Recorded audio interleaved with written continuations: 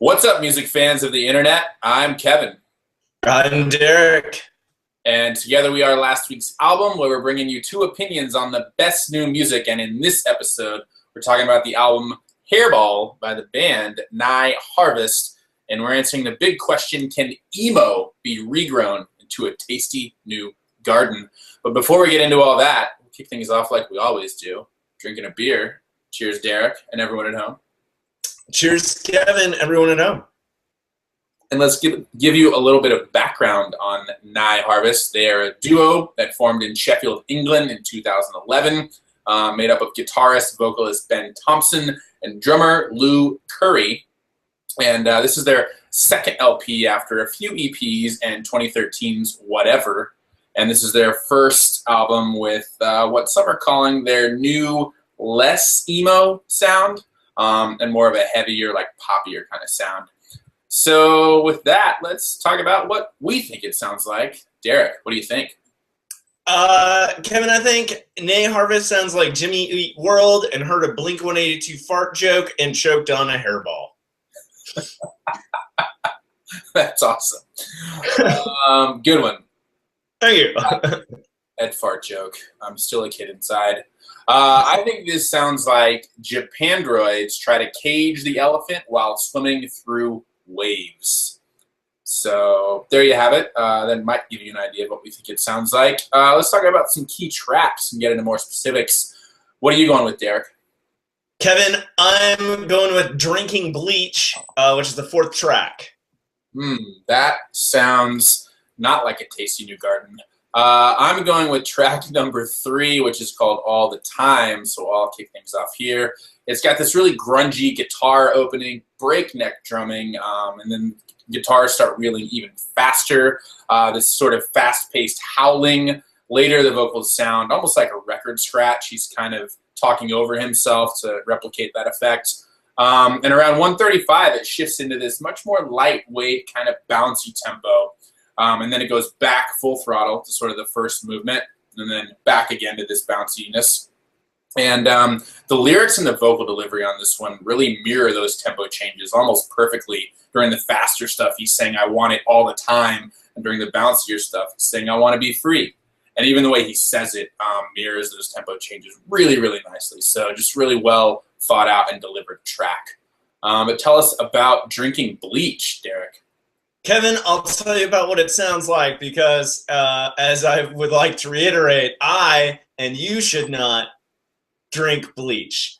All right, so the verse kind of starts with these warm, fuzzy layers of electric guitars. There's kind of 2 lines going, some chords, and a little bit of a lead. There's kind of thumping bass guitar, which I guess is kind of new development. A light bass snare, cymbal beat. It really builds momentum in the chorus. The guitar riff really builds momentum into this rising riff, and the drums just really start blowing out there. Lots more cymbal, and there's no words in the chorus, a wordless chorus, some ooze, and it's kind of mirrored by this guitar line. So it's really instrumentally driven there. It kind of builds to a peak. And really hits a crescendo just instrumentally. The 2:40 mark kind of starts the beginning of a large buildup, which really starts with just 2 guitar lines riffing against each other.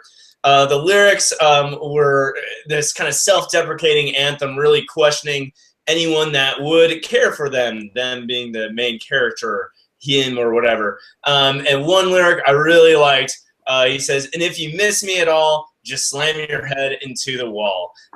So that packaged with just the sound, kind of high energy, the fuzzy guitars really liked that one.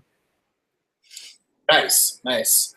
All right, well, let's talk about some best lyrics. What are you going with, Derek?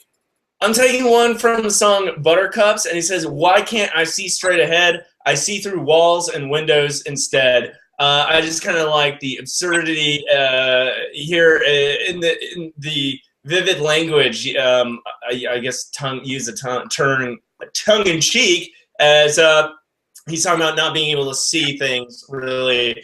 But if you could see through walls and windows, I would put that to better use. You know, like I can't see straight ahead, no problem. I'll go find other ways to deal with this. But just kind of a fun, you know, playing words here. Yeah, I also chose one from Buttercups. I think this comes from the chorus, whereas that came from a verse. He says, "I don't want to feel like a lowlife. Stab me in the chest with your knife.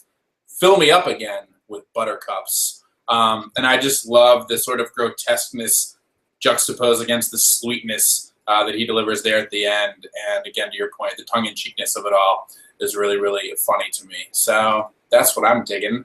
And with that, let's talk about overall rating and answer the big question: can emo be regrown into a tasty new garden? What do you think, Derek?